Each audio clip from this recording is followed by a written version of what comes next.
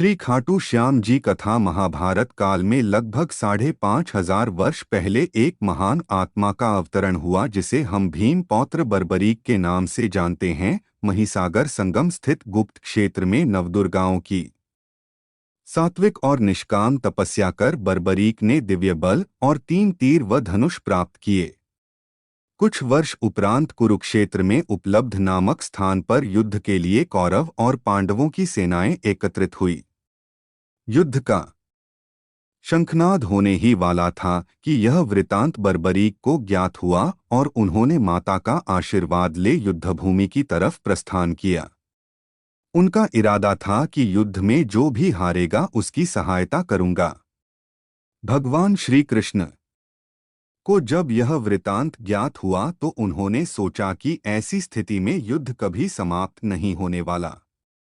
अतः उन्होंने ब्राह्मण का वेश धारण कर बर्बरीक का मार्ग रोककर उनसे पूछा कि आप कहाँ प्रस्थान कर रहे हैं।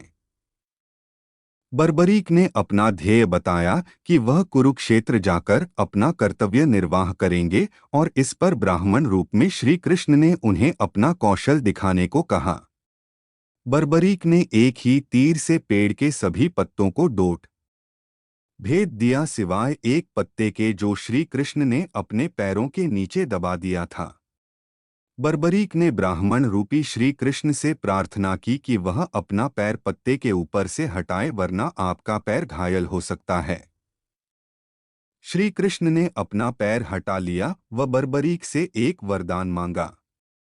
बर्बरीक ने कहा, हे यजमान, आप जो चाहे मांग सकते हैं, मैं वचन का पूर्ण पालन करूंगा। ब्राह्मण रूपी श्री कृष्ण ने शीश दान मांगा। यह सुनकर बर्बरीक तनिक भी विचलित नहीं हुए, परंतु उन्होंने श्री कृष्ण को अपने वास्तविक रूप में दर्शन देने की बात की, क्योंकि कोई भी साधारण व्यक्ति यह दान नहीं मांग सकता। तब श्री कृष्ण अपने वास्तविक रूप में प्रकट हुए। उन्होंने महाबली, त्यागी, तपस्वी वीर बर्बरीक का मस्तक रणचंडिका को भेंट करने के लिए मांगा और साथ ही वरदान दिया कि कलयुग में तुम मेरे नाम से जाने जाओगे, मेरी ही शक्ति तुम में निहित होगी। देवगण तुम्हारे मस्तक की पूजा करेंगे जब तक यह पृथ्वी, नक्षत्र, चंद्रमा तथा सूर्य रहेंगे, तब तक तुम लोगों के द्वारा मेरे श्री श्याम रूप में पूजनीय रहोगे। मस्तक को अमृत से सींचा और अजर अमर कर दिया। मस्तक ने संपूर्ण महाभारत का युद्ध देखा एवं युद्ध के निर्णायक भी रहे। युद्ध के बाद महाबली बर्बरीक कृष्ण से आशीर्वाद लेकर अंतर्ध्यान हो गए। बहुत समय बाद कलयुग का प्रसार बढ़ते ही भगवान श्याम के वरदान से भक्तों का उद्धार करने के लिए वह खाटू में चमत्कारी रूप से प्रकट हुए। एक गाय घर जाते समय रास्ते में एक स्थान पर खड़ी होकर चारों थनों से दूध की धाराएं बहाती थी। जब ग्वाले ने यह दृश्य देखा तो सारा वृत्तांत भक्त नरेश खंडेला के राजा को सुनाया। राजा भगवान का स्मरण कर भाव विभोर हो गया।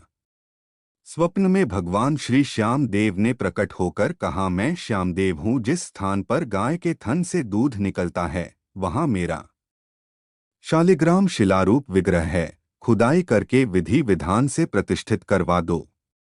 मेरे इस शिला विग्रह को पूजने जो खाटू आएंगे उनका सब प्रकार से कल्याण होगा। खुदाई से प्राप्त शिलारूप विग्रह को विधिवत शास्त्रों के अनुसार प्रतिष्ठित कराया गया। चौहान राजपूतों में नर्मदा कंवर हुई है, जिन्होंने इस विग्रह को आतताइयों के विध्वंस से बचाने हेतु झोपड़े में रखा एवं सेवा पूजा की। औरंगजेब के शासनकाल में पुराने मंदिर का विध्वंस हो गया तथा उसके बाद जहां भगवान श्री श्याम देव का विग्रह प्रतिष्ठित किया गया वह आज भी विद्यमान है, जहां देश के सभी कोनों से श्याम प्रेमी पूजा अर्चना एवं दर्शनार्थ आते हैं। अब नर्मदा कंवर के खानदान के ही चौहान राजपूत पुजारी हैं। जय श्री खाटू श्याम जी।